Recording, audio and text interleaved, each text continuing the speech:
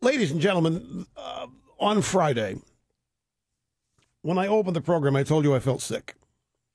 And I spent the next 2 hours explaining why I felt sick.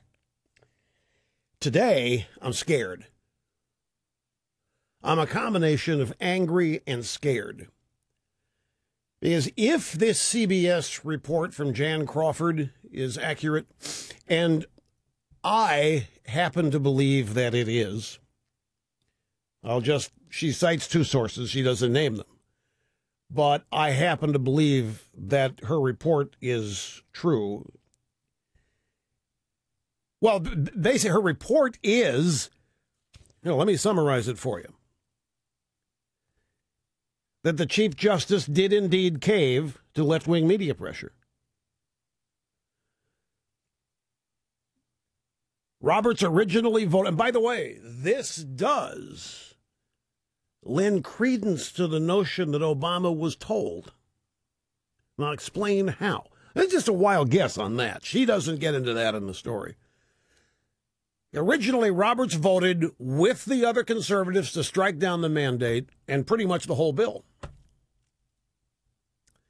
Then, and that was in March, April, that was early on, Roberts voted with the conservatives to get rid of the whole thing for the most part, certainly the mandate. As shortly after that, Obama and the media go on a tear about Roberts. Specifically Roberts, and they go on a tear about the court in general.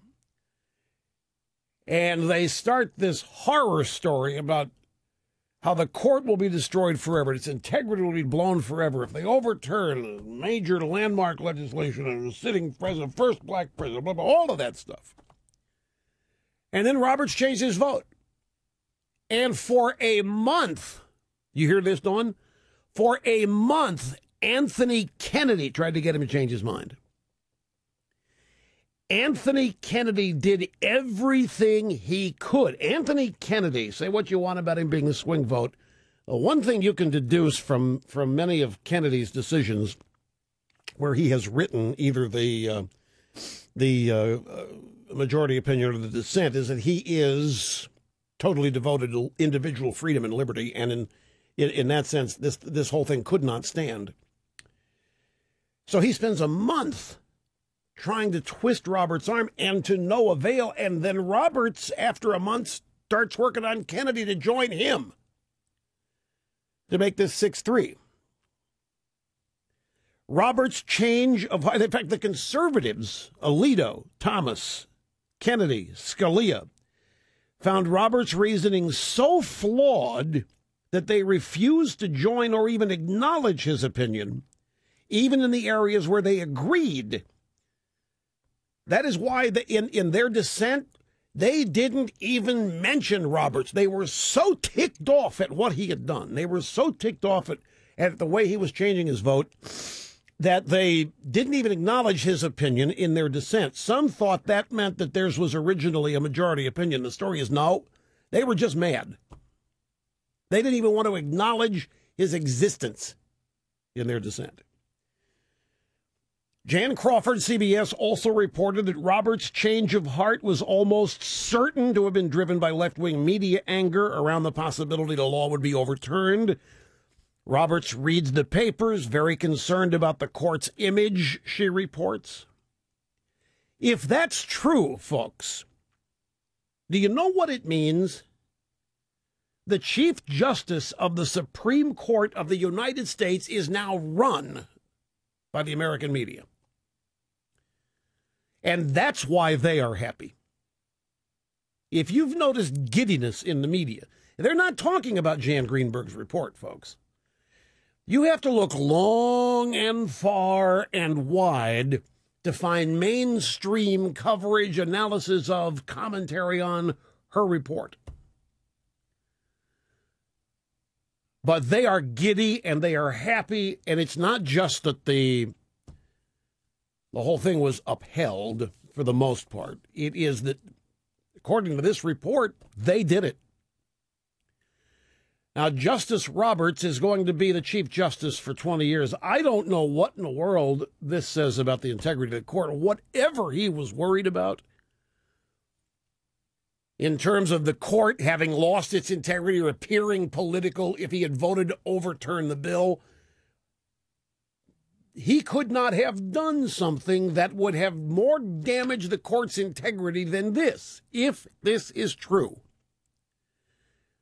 Because now the Washington, New York media runs the Supreme Court of the United States. They run the Chief Justice. They can intimidate, and they did. I saw this, I said, how far could I have gone if I cared what was said about me? All these years, if I cared what was said about me and I decided to change my core beliefs in order to avoid the criticism to get praised, but how far would I be along now? I'd probably be a movie star. There'd be TV shows about me. But I have never, well, not never, it took me 4 years to come to grips with all of that, how to react to it, how to respond to it. And now I don't give people the power to offend me or worry about what's said about me. But apparently, according to Jan Greenberg at CBS, that's what did it. And Chief Justice Roberts tried to lobby Kennedy to join him and leave the other conservatives so that this would end up being 6-3 and look even better for the court. Kennedy refused. The conservative dissent was not originally written as a majority opinion, as some have speculated, but reads strangely because the conservatives refused to acknowledge Roberts' opinion. So if Jan Crawford at CBS, if she's right about this, then at least one conservative justice that we know of can be blackmailed, in a manner of speaking. And she says Roberts' change of heart was almost certain to have been driven by left-wing media, and it's an incompetent opinion. It is incompetent. It is rewritten. It's outrageous. This opinion is disastrous. And I'm still marveling. I'm reading some of the analysis by the conservative media intelligentsia, looking for a silver lining here, a silver lining there, praising Roberts for being a political mastermind, setting all this up that people have to decide. People are the ones who have to make big decisions like this. What happened? What happened to the reason he's there? What happened to the reason the court exists from Marbury versus Madison on? Basically, the court is now confirmed to be a political institution that bends and shapes according to media pressure, just like a lot of Republicans and conservatives can be made to bend and shape according to media pressure.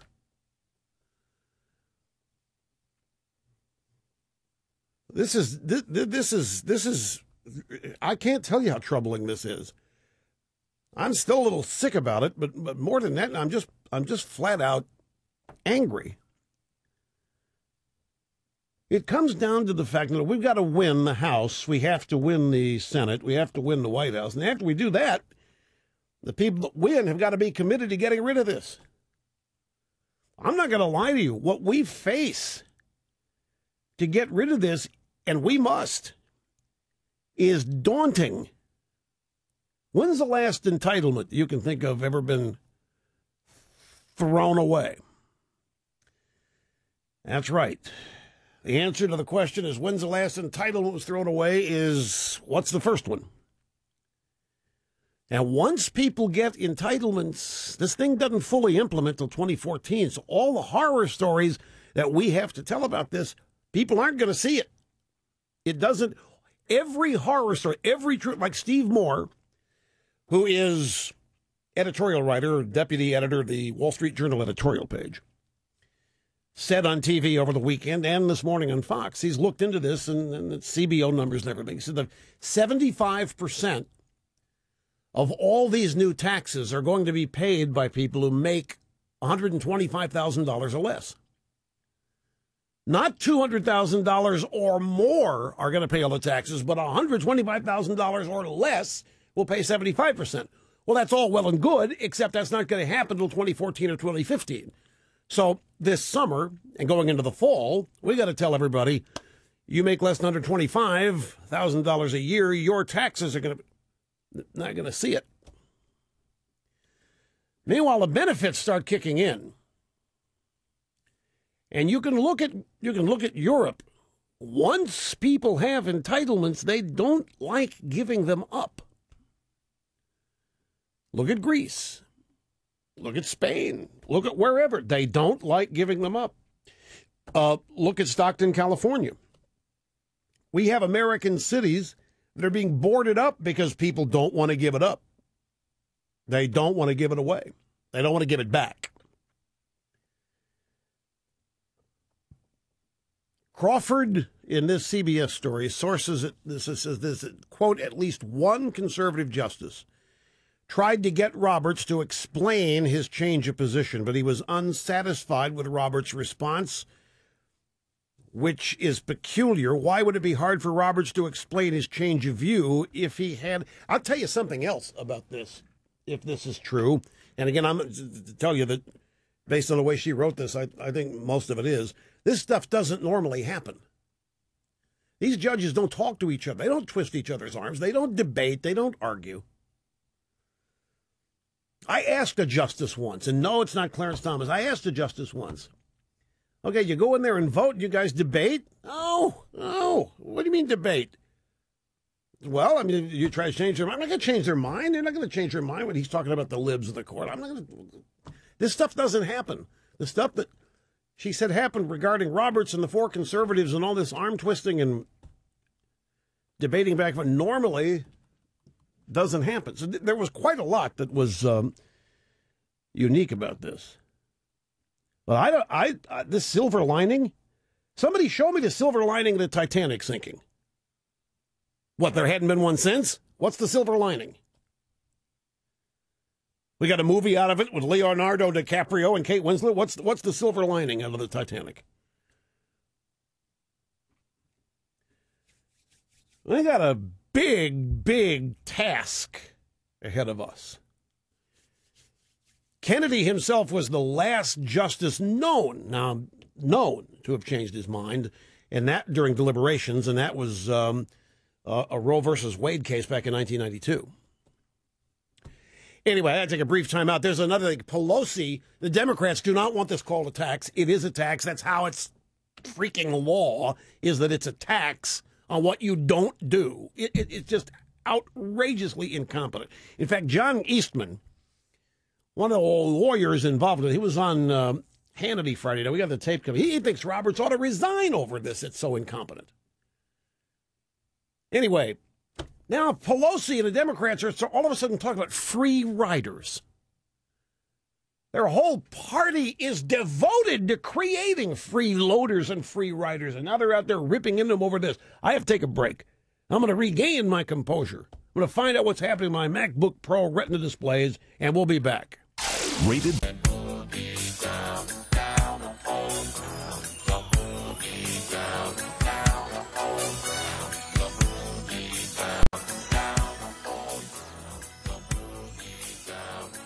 Hi, welcome back. Great to have you. Rush Limbaugh on Independence Day week. It is a thrill and a delight to be with you. Jan Greenberg at CBS says that her sources told her that Chief Justice Roberts went wobbly back in May, which is when there were countless news articles warning of damage to the court and to Roberts' reputation if they struck down the mandate. And when leading politicians, including Obama, were warning the court not to strike down the law. She says that that's what her sources told her is when Roberts started going wobbly. She said that word of Roberts' unusual shift has spread widely within the court, is known among law clerks, chambers aides, and secretaries. It also stirred the ire of the conservative justices who believed Roberts was standing with them. Her sources also say there was a month-long desperate campaign to bring Roberts back to his original position, led by Justice Kennedy. But Roberts held firm. And again, at least one justice tried to get Roberts to explain his changed position, but he was unsatisfied with what Roberts said, which is peculiar. Why would it be hard for Roberts to explain his change of view if it was legitimate?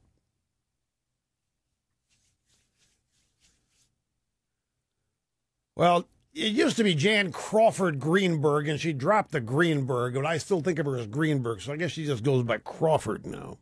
It's Jan Crawford is the CBS info babe. She used to be at ABC, I believe. Anyway, got some audio sound bites on all this coming up, so sit tight.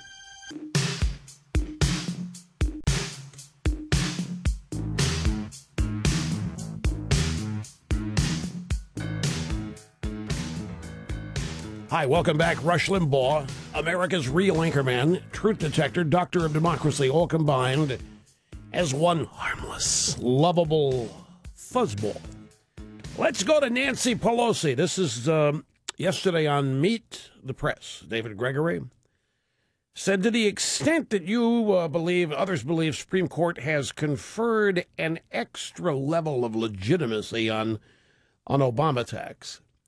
The reality is that the court also said that the act is in effect a tax, that the individual mandate requiring of people who can buy insurance is a tax. Won't that make it more difficult to sell the popularity of this program to the American people? Who is the penalty on? The penalty is on people who have the wherewithal but refuse to buy health insurance, figuring they won't be sick, and if they do, other people will have to cover it. So these free riders, as they were identified by Governor Romney himself, he said people have the ability to pay and can't expect to be free riders. And I think that he turned it exactly right. These free riders make health insurance for those who are taking responsibility, making it more expensive. Personal responsibility is a principle of our country. Conservatives claim it, progressives claim it, liberals claim it, we all claim it. What a crock! She is asking us to swallow now. One more soundbite. We have, I guess this looks like a well, she's adamant here that it's only a penalty on the free riders. Still here with David Gregory on Meet the Depressed. The president was adamant, saying the individual mandate is not a tax. Well, in fact, his own Solicitor General went to the Supreme Court and said this is constitutional under the taxing authority of Congress. That's right. So that's not how this was sold to the American. This is not how it was sold to the American people. No, it's a penalty. It's a penalty that comes under the tax code for the 1% perhaps of the population who may decide that they're going to be free riders. But most people are not affected by it. It is a new tax on the American people. No. It's not a tax on the American people. It's a penalty for free riders. All right. I've about had all this. I can have free riders. A penalty for free riders. What an attitude shift is this toward the uninsured. What an about-face this is. Pelosi, the Democrats were pushing for Obamacare back in 2009 and 2010, and they were bombarding us with heartbreaking stories about the 30 to 50 million people who had to go without health insurance. And they weren't free riders, they were victims. They were victims of a mean country. Victims of the rich, victims of corporations, victims of small business. They were victims of the 1%. We were even told that 45,000 people die every year because they couldn't get health insurance. And now all of a sudden, they're a bunch of freeloaders. Now all of a sudden, since the Supreme Court ruling has come out and made this effectively Obama tax instead of Obamacare, now they're free riders. This is the party that celebrates free riders. This is the party that devotes itself to creating even more free riders. This is a party that could not survive without free riders and freeloaders.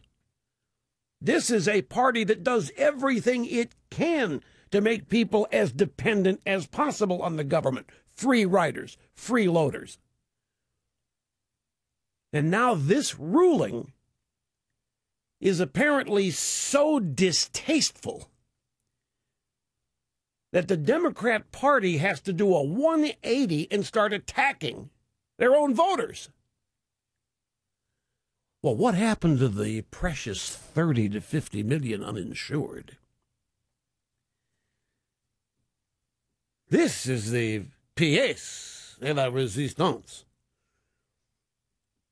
Your Democrats like Nancy Pelosi mocking free riders. Isn't the entire mission of the Democrat Party to create more and more free riders? Haven't they seen to it that almost half the country doesn't pay income tax? A bunch of free riders.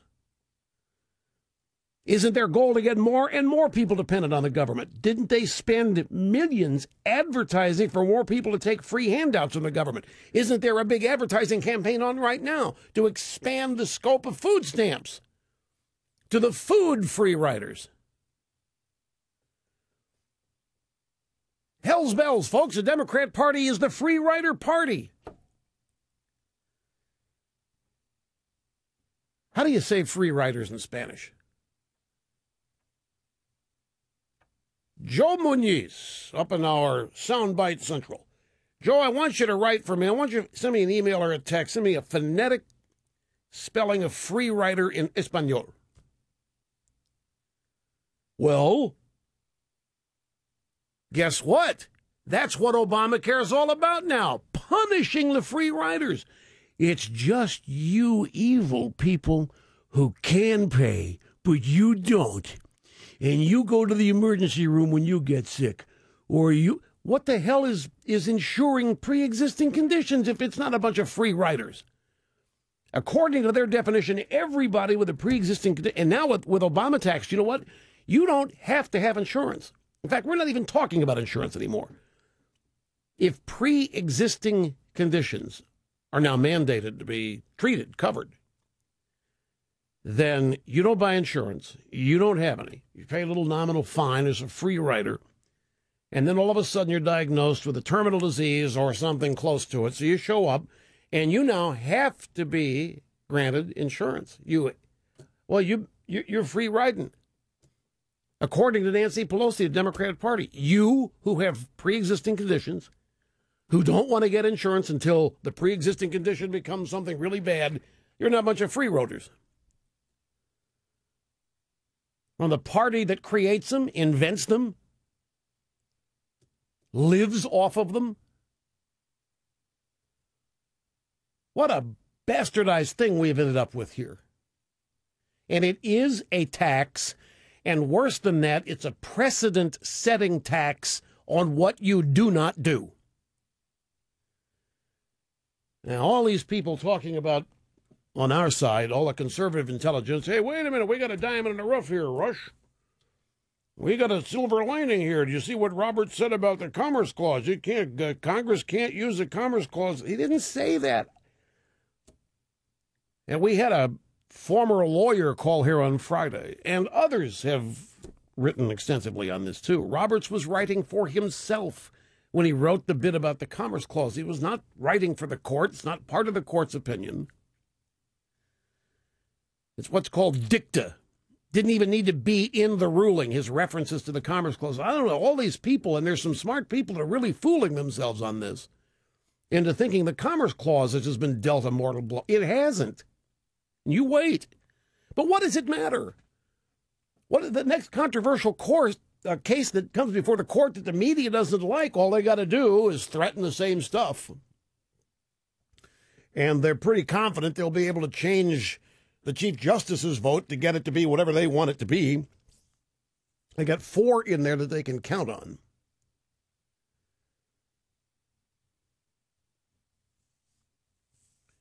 I mean, this whole thing is a win-win for the government, because instead of buying insurance, we're going to be giving money to the government. And wait till you hear the details of this and what all about you the IRS is now empowered to learn about you, your entire family, your business, via your tax return, and how they're able to share it with other government agencies. Yeah, I'm still sick, but more than that, now I'm just burning. I'm really just angry about this, because I don't know what it is about people on our side. My good friend Mark Levin says our people in Washington are so used to losing that they look at it as winning. Anyway, brief timeout. We're going to come back. I'm going to get to your phone calls. And, wait, before we go to the break, let me stay here. Grab the top sound bites. I want you to play, I got three of them. I got two from Carvin, one from Eastman. Mike Carvin was on the O'Reilly Factor on Friday night. Laura Ingraham was the guest hostette. And Carvin has argued this case, healthcare case, before the Supreme Court and at a couple of other levels. And he's stunned by this. He was literally stunned by this. Ingram said, you were at the court arguing this case, and I know you were shocked by the way the decision came down, but do conservatives have a right to be mortified and really disappointed with what the Chief Justice did here?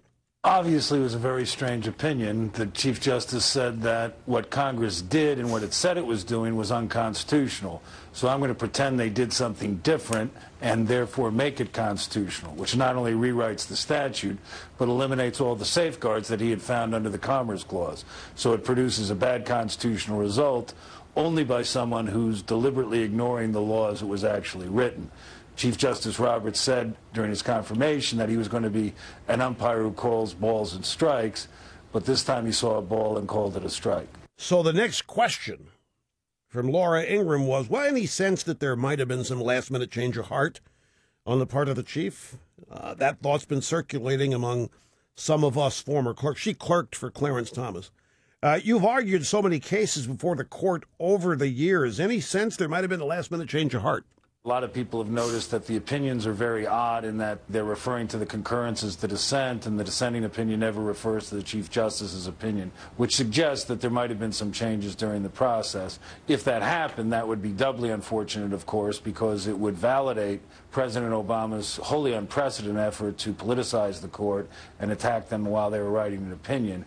I think it would leave a sour taste in everyone's mouth if it came out that Chief Justice Roberts had actually switched his vote after that criticism, because it would create a terrible perception that the court is subject to political lobbying. And Jan Crawford, CBS, has that exact story. It hit yesterday. That's the exact story. She sourced it twice. Now, I've said that I happen to believe it, but it's also possible that the story's BS. Because one of the favorite memes of the media is to write about conservatives at war with one another. And that's what this is. The four justices, conservative justices at war with Roberts, and they love that theme. So, well, I knew something was wrong because I had been warned. Anyway, that's Carvin. Where's what's get out of order here? Yeah, number 3, John Eastman. John Eastman, he is. Well, I got to take a break, but John Eastman is a law professor at the Chapman University. He's a good friend of our buddy, Dr. Larry Arnn, who runs Hillsdale College. Eastman's a great guy. His soundbites are coming up. Sit tight. Don't go away.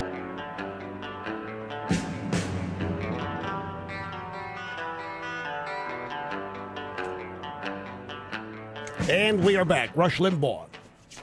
Talent on loan from God. All right, the term in Espanol for free riders is aprovechados. Aprovechados. Aprovechados. Somebody who takes advantage of the situation.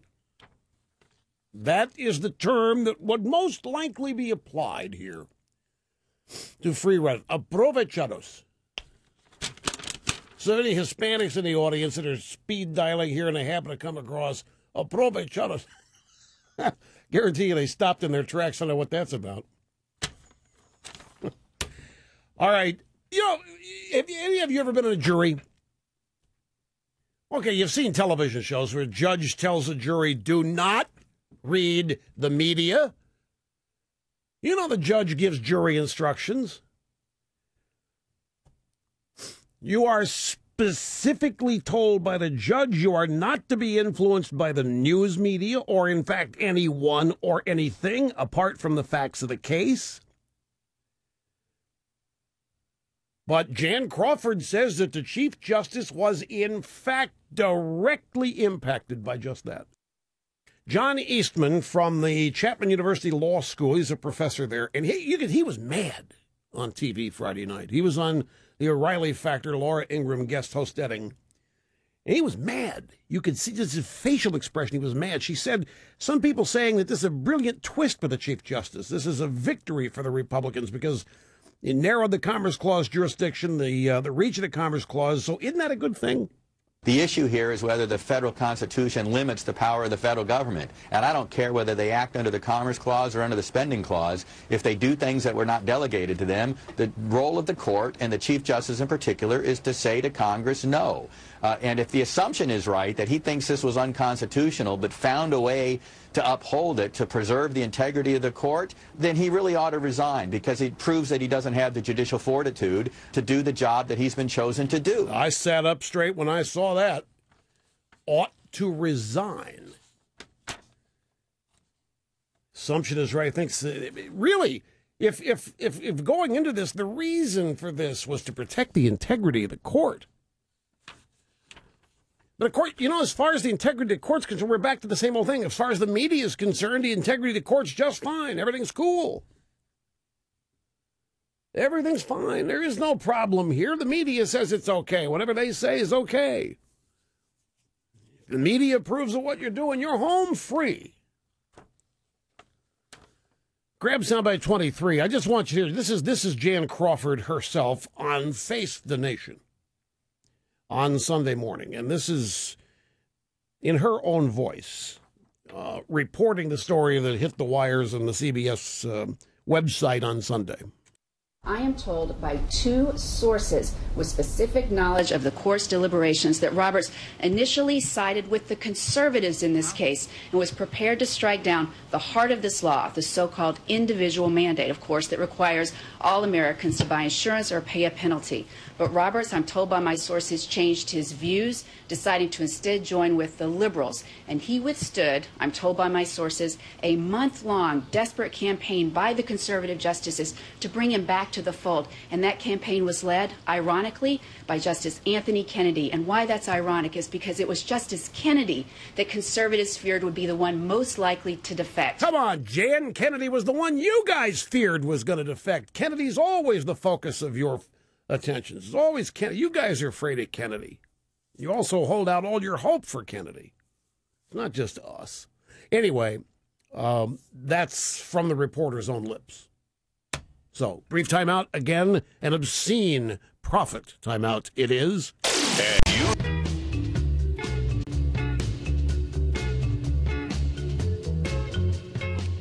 Just to tell you about Jan Greenberg, or Jan Crawford Greenberg is her name. She, remember Clarence Thomas's great memoir came out. She did the profile, I think, for, no, wait a minute.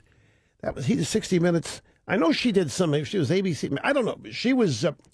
She did a report, and it was very fair on Clarence Thomas's book and his life. She's wired in there, not just him.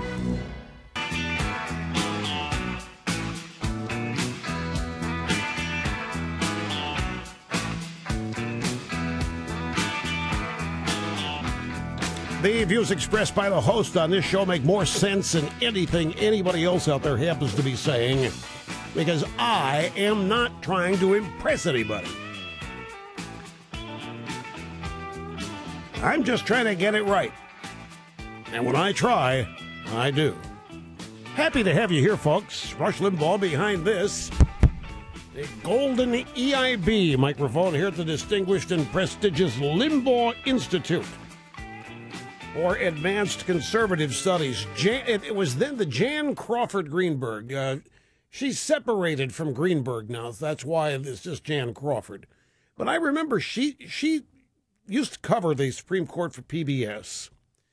She's a lawyer herself, and I'm telling you all this as a means of helping you to decide whether you want to accept her report Sunday on CBS as accurate or not. She did, this is what I remember, she did an 8-part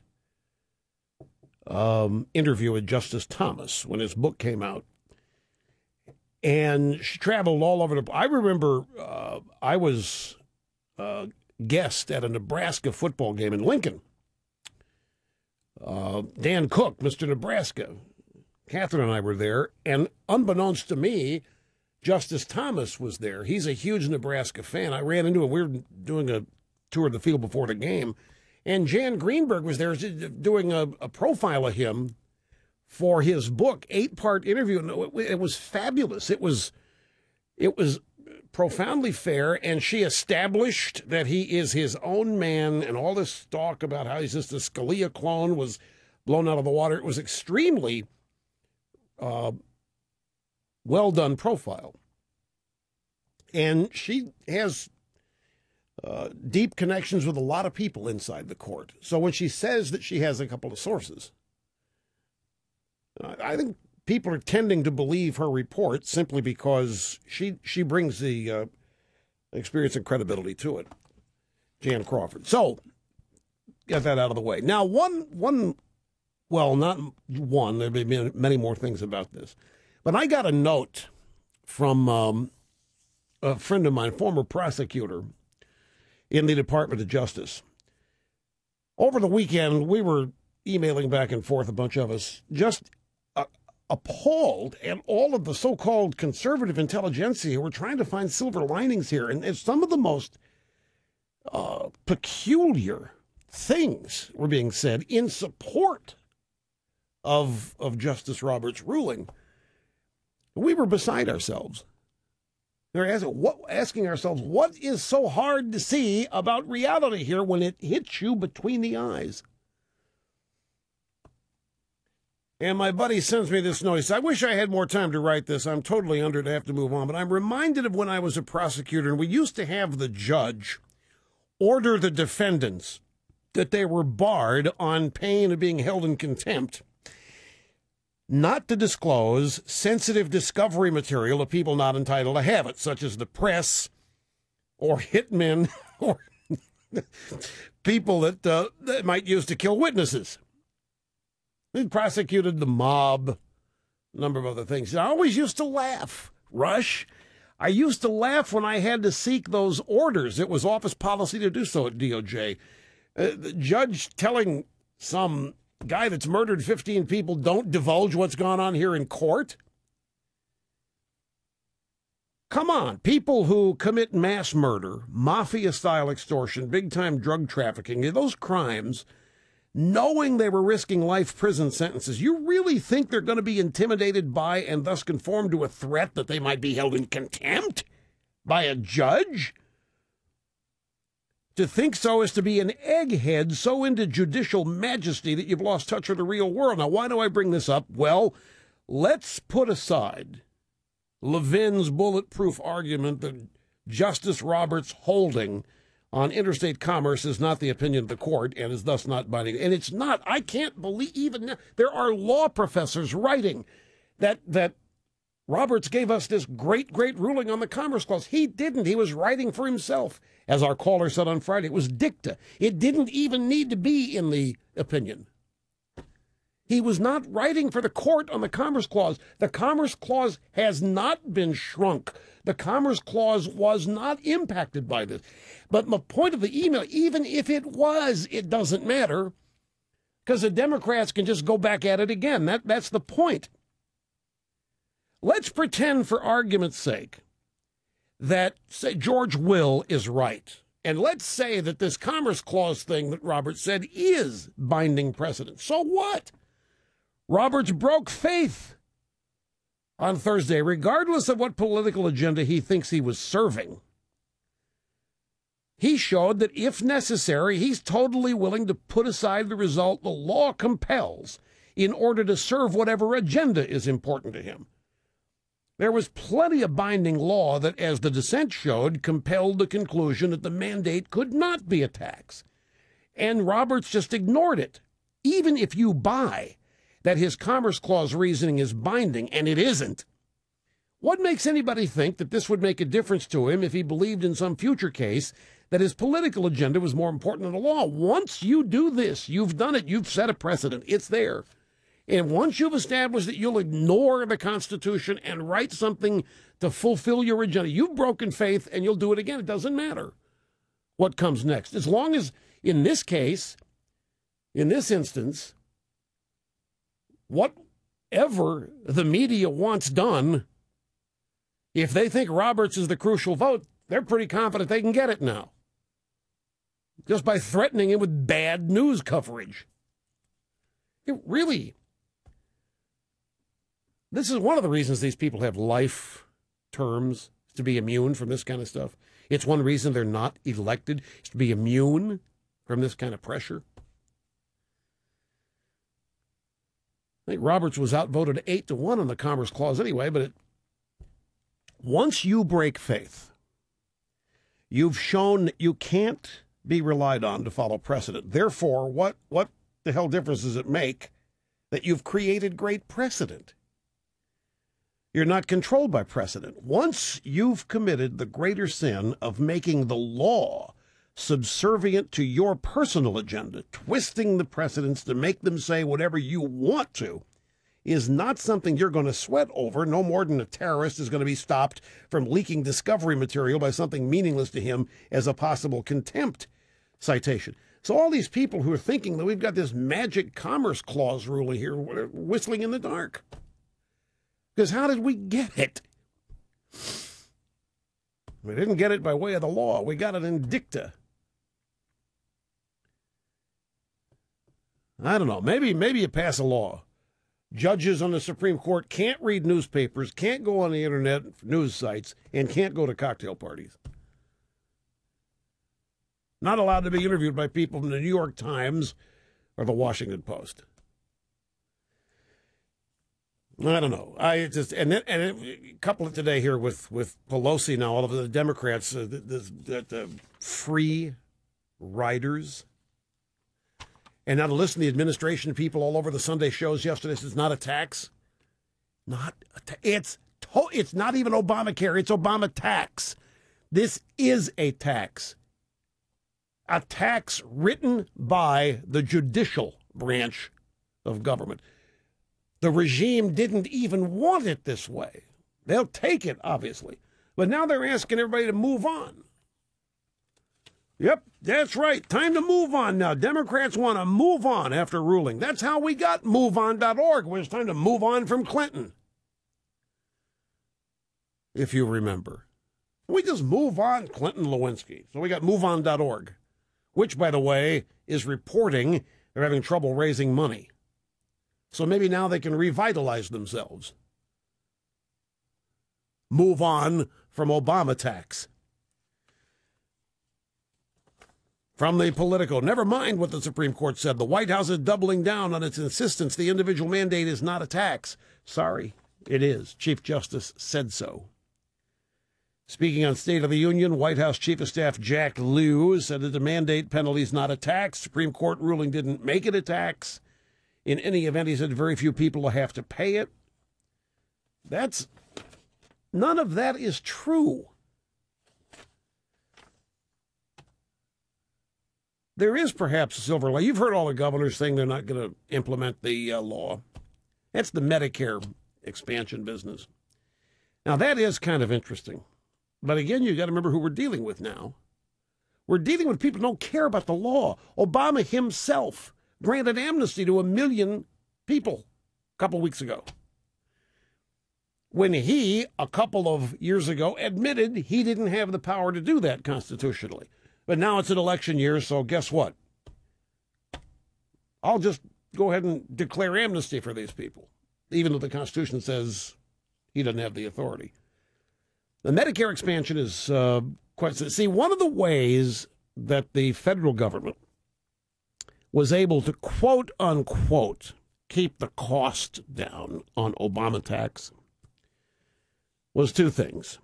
First, they cut Medicare by $500 billion, but then they put it back in the form of the states having to share almost all of the new burden on Medicaid.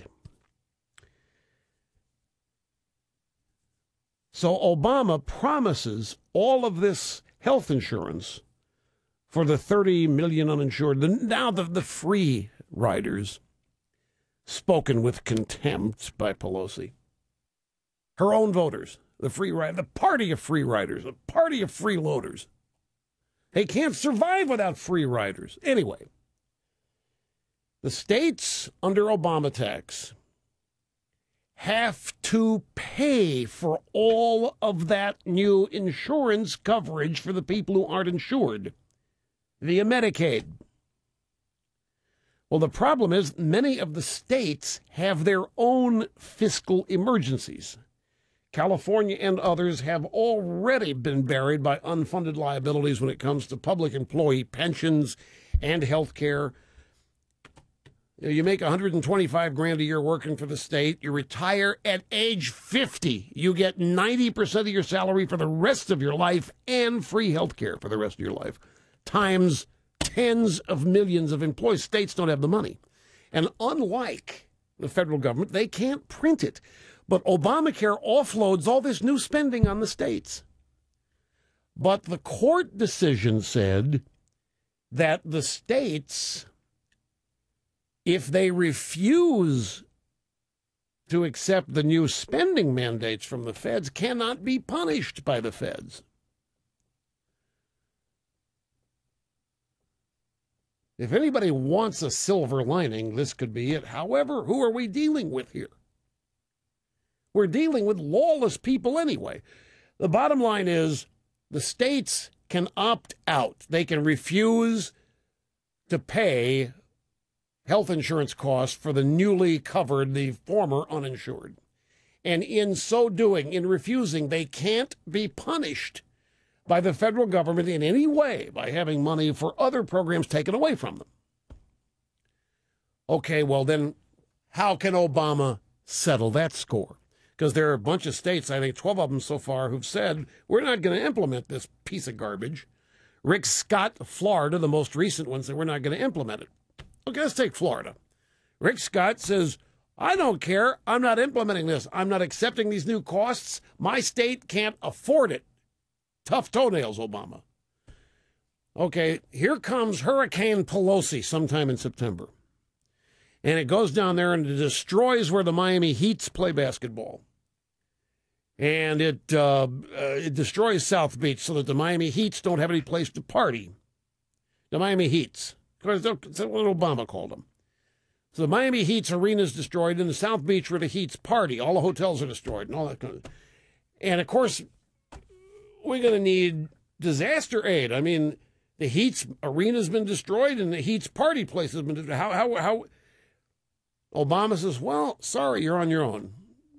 You declared a disaster area and a national, that's fine, you're on your own. We're not sending any FEMA people down there. No, we're not going to send any trailers, people, you're on your own. That's how this bunch would do payback. That is just one example. There are many other ways that Obama can exact revenge, just as the states are, too. But, this is a matter of principle as well as finance for these governors. There isn't the money for this program, folks. There isn't the money for it. Now, I don't care what Jack Lew or any other regime official says. Everybody is going to be paying more. Premiums are going to go up. Taxes are going to go up. Coverage is going to go down. There's going to be rationing. There will be death panels. It's the only way this can in any way, shape, manner, or form appear to be working. And I'll tell you what else is going to happen. There is still going to be private sector health care for the rich. It will still exist. It exists in Great Britain. It exists in Cuba. You think Fidel uses what his citizens use? Ah! Doctors from Spain flew over to try to fix his colon, which came detached because he didn't want to wear a bag. That's when he got sick. He got really infected in there. But in this country, it's going to be the same. If you don't want to buy insurance, you're a rich guy, you pay the fine, and then you make a deal with the doctor and the hospital he works at. You put it on your credit card, or you write him a check. Somehow you pay him direct. It'll cost less with no insurance, but that's still going to be available. He won't get to that in the second term because that's how he's going to get his health care. Obama's not going to fix that. You think all these rich Democrats in Hollywood are going to be forced on Obama? There's no way. There is going to remain a top drawer health care in this country only for the rich because it's going to be direct pay with no insurance involved or very little insurance. And that's why you don't see any of the super rich upset about this, because they know none of it's going to impact them. That's why Buffett doesn't care. That's why Gates doesn't care. It's why Clooney doesn't care, or any of these other little Hollywood people that run around raising money for Obama. They don't care because the best health care is going to remain available to them because they are going to be able to afford it with money to spare. So it's going to be, the best is still, and we're still going to end up with a tiered system. And for all these people think we're going to have this massive utopia where everybody's now equal and everybody gets the same and it's always going to be the best, you wait. The best is still going to be there, and it's going to be as far away from the average citizen as it is today. And nothing about Obama tax changes that. Making your